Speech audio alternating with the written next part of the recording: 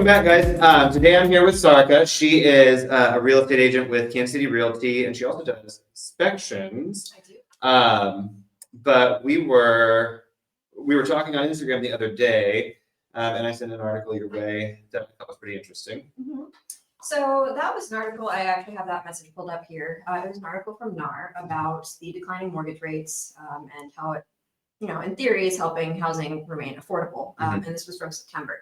But the message that you sent me with it struck me. Do we think that this is actually due to the massive amounts of job losses that were under the median income, therefore pushing the median higher as the higher paid individuals retained their employment over those who made less? And that definitely seems more aligned with the general vibes of the real world out there.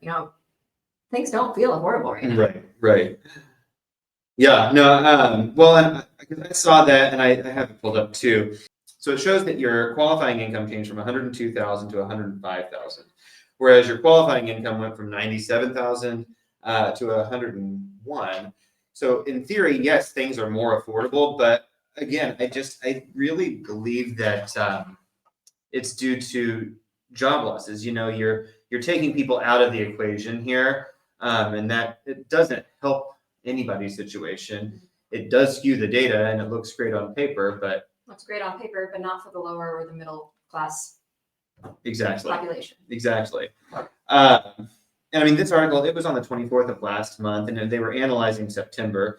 Rates had went from, I think, if I remember right, 6.3 something, 6.34 to 6.2 as a national average.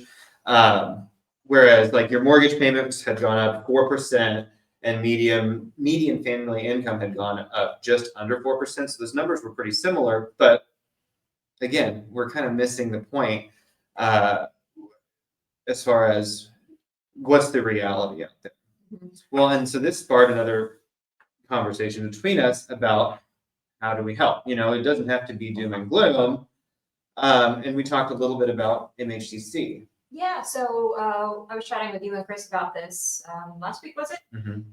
And so if I remember correctly, it's about properties in Missouri specifically. There are lots of great programs in Kansas as well, but for Missouri, it can help twofold. Depending on your qualifying income and everything, it can actually give you, if I'm remembering correctly, assistance with the down payment up to 4%, and that can go towards closing costs or down payment itself. Right. But even if you don't qualify for the down payment assistance, it can help out with actually a lower than market rate in theory. Currently, did you say as low as 5.2? Yeah, the lowest, depending on your option, right? Depending on your program that you go with, the lowest rate through MHCC right now is 5.25, which is, a full point lower than your national average today. That's awesome. So it's incredible, and it's expected. You know what you're getting when you go in. You don't have to play the game of, do I qualify for a lower rate? Does this affect it? Does that affect it? I know if I'm doing an MHCC loan, I know the rate I'm getting from the gate. So it's nice to be able to plan ahead like that. Exactly. Between that and your 4%, 4% DPA, there's benefits to get somebody into the market because, like I said, as we were discussing before, getting into the market is pivotal right now. If they're talking about quantitative easing, they're talking about printing money, they're talking about all these things that can change the value of the actual dollar. But owning an asset like a home that's an appreciating asset over cash in the bank gives you just that much more security on top of course, a roof over your head. Getting a roof over your head that you own instead of your landlord jacking up the rates every year.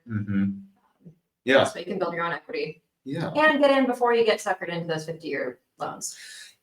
And that's a whole other story. The MHCC program sounds like a much better solution. Yeah, and it's the same as like a conventional program where you've got your 30-year terms, all that stuff. So I just think it's a great program. I think it's a really great way to combat what we feel right now. Maybe not what this article that sparked this whole thing says, but how we feel as a community out here, trying to make ends meet, trying to make things happen, and helping our clients maybe not feel like it's so hopeless.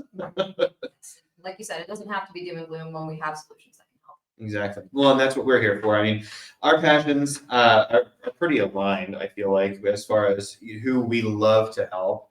And that it's, your first time, first generation home buyers. It's people that have rented and think, I don't know how to go about this. I don't know my next step. I don't know how I can make this happen for myself.